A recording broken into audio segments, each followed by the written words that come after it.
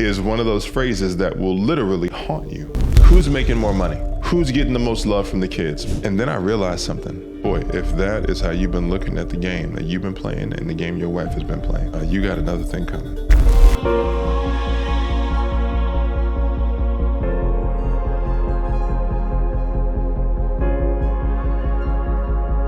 Why is it almost impossible?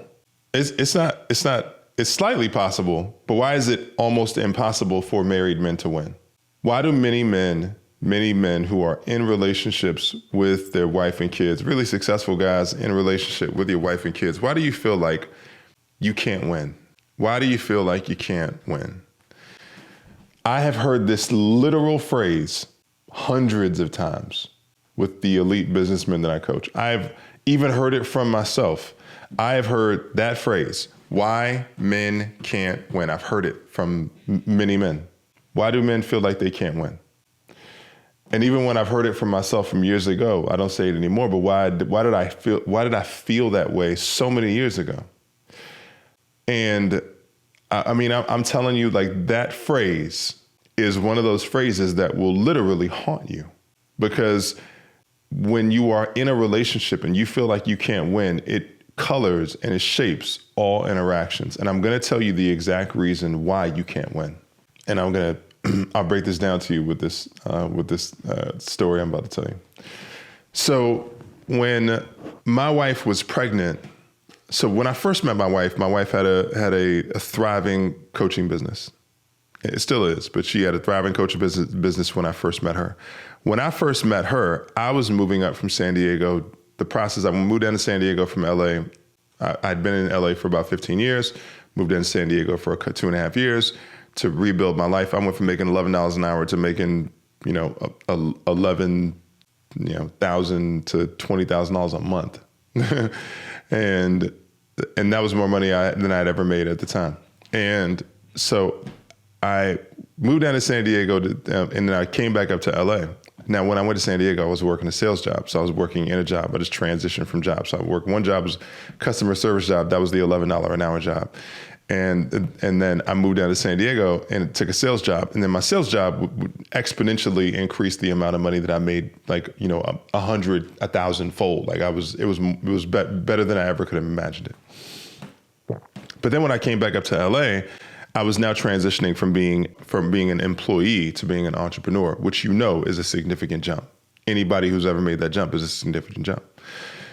So I didn't know what I was doing, how to do it, how to approach it, anything like that. So when I first met my wife, she had a successful business because she had already quit her job and become an entrepreneur, and I hadn't made that jump yet. So I had about 30 grand saved, and then that money was just slowly dwindling down when I first met my wife. About 3 months into our relationship, my wife came up to me and she said, we were sitting down at the dining room table, and she came to me and she said, Senyika, she said, you seem like the kind of guy, and it wasn't accusatory or anything like that, but I'll tell you how I took it. She said, you seem like the kind of guy that would pay all the bills, like that would pay for everything in the house. And during that period of time when I had first gotten together with my wife, I'd never been married before. I was 30, almost 40. I'd never been married before.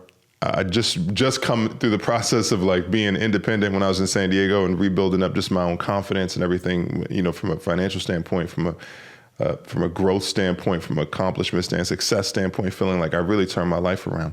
So when she asked me that question, though, it was a very foreign idea for me. The idea of taking the responsibility of making paying for all the bills in the house. I'd heard about it, but I never actually thought about actually doing it. So when she brought that idea to me, that sitting at the table, I remember she was standing up, I was sitting down. I was like, what do you mean? I seem like I'd be the kind of guy to pay for all the bills. I'm like, what do you mean? Like, so you would want me to pay for all the bills? Because in my mind, I was still thinking like 50-50, right? I was still thinking 50-50. 50-50 meaning she pays half, I pay half, I'm a half, and then we come together, and then those two halves come together and make a whole. And that's the way I was thinking about the context of the relationship. So when she asked me that question, I was like, oh man, I guess so, but that's not something I would really want to do or think about or whatever. It just became this really challenging idea. I was really actually kind of pissed when she asked me after it. And then I thought about it a little bit longer after she asked me. I went off and I processed on it. And then I said, oh man, this is not about splitting the bills 50-50. This is about whether or not I feel like I actually have the capability to, the earning capacity to accomplish that objective. Do I feel like I have the earning capacity to make enough money to take care of all of the bills in the house? And the reason why I was so upset when she asked me that question is because when she asked me the question, I didn't feel like I had the capacity to do that. She knew and believed in me to the degree where she believed I had the capacity to do it, but I didn't believe it at the time, and I felt affronted by that. I got over it, we talked about it, and I said, yeah, and actually, I think I spoke to her and told her exactly what I just shared with you. So I was very transparent with her, even at that point in that time. Fast forward to when we had our son, or right before we had our son, we were in the conversation, this is about 3 years later. 3 years later, we're in the conversation about how we approach having a child. And now I'm at the point in my growth and evolution as a businessman, as an entrepreneur, as a CEO, where I have cultivated the capacity emotionally, spiritually, financially, by providing value, by providing insight, by doing all of the different things that I do to effectively take care of the bills. Amazing how we have this conversation this one day. I'm all flustered by it. And then years later, now I'm in a conversation with her saying, look, I don't want you to be in a position where you're having a kid. I'm going to take care of the bills. And from that point moving forward, that's the lane that I chose to stay in. Her business still thrives. We allocate the expenses from that business going to different vehicles that support our family and investments and that kind of thing. However, that being said, I've been able to grow my business from that point exponentially to the degree where I have the capacity to be able to take care of her business expenses, personal expenses, all that kind of stuff. I mean, the family, the house, that kind of thing. And this is part of my growth and evolution process personally. And what I used to, and the thing about going back to that concept of winning is that I went from not believing that I had the capacity to be able to take care of the responsibilities financially, taking care of the responsibilities financially, and then over whatever period of time, starting to feel resentful about taking care of the financial responsibilities. So then I go from being like, oh, well, I don't think I have the ability to take care of it, to then taking care of it and feeling proud of myself and really in lockstep with her in that context, and then feeling resentful about it. So then I start feeling resentful about the fact that now I have the quote unquote burden of carrying the financial load. And then when I start feeling resentful about carrying the financial burden, where the money's going, how the money's being allocated, how the money, what's happening, what's not happening, how it's working, how it's not working, all these different things, I start looking at the context of the relationship as a whole. I say, look, man, I start feeling frustrated. I'm busy doing what I'm doing in work. I'm feeling, and this is, over a period of time, it's just growing. The resentment, the frustration is growing. It's growing. And then I get to the point where I feel like I am burdened with the financial responsibility. I feel like I am now tasked with holding a burden. I felt, to a degree, I felt like I was not able to, like I'm extending myself in the context of making sure that I'm supporting my family, but I'm not being acknowledged or recognized for it. And then at the same time, now, so I don't feel acknowledged, recognized, seen, heard, any of those things. And then to top it off, I feel like my needs and my desires are not even being met. I basically feel like my sole responsibility is now providing for the family. That's the only thing that I'm now tasked to do, is that I'm the provider. So now that's my job, is to be the provider. And in that moment, I felt like I was like, man, I can't win. I can't win. And then I realized something. I realized the only way that I could win is if I was playing the game, number one. It's the only way you can win. The only way that you can win is if there is a winner and a loser in the context of a game. So that's the first thing. I had to come to the realization that I was playing a game. Here's the second thing. Does my wife realize that I put her in a game? Does she realize that she's playing a game where she could win or she could lose? Does she understand that? Because if she doesn't understand that she's playing a game that she could win or lose, and I'm playing a game where she can win or lose, then we're playing two different games. She's playing a game, whatever game she's playing. I'm playing a game, whatever game I'm playing, and we're playing two completely different games. I'm playing chess and she's playing checkers. How could she win in my game? We're playing two different games. She can't win in the game, and I can only lose. Or win if I determine that I'm winning my own game. But the point is that if we're playing two different games, if we're in two different games, if I'm playing chess and she's playing checkers, she doesn't know the rules, she doesn't know the process, she doesn't know the standards, she doesn't have any expectations, she doesn't know, like, the pieces move differently in chess and checkers. The pawn moves differently, the knight moves differently, the pieces in checkers move differently than they do in chess. She can't win that game. So essentially what I'm doing is not only am I playing what's called a zero-sum game. I'm playing a zero-sum game. Zero-sum games are games where it's finite. It's a finite game. There's a winner, there's a loser. Doesn't mean that it's not effective to play zero-sum games. But in the game of marriage, that game is an infinite game. The intention of an infinite game is playing so you can continue playing the game, not playing the game, quote unquote, to win. Here's how some people play the game to win. And I didn't realize that I was even doing this. Playing the game to win, like who's making more money?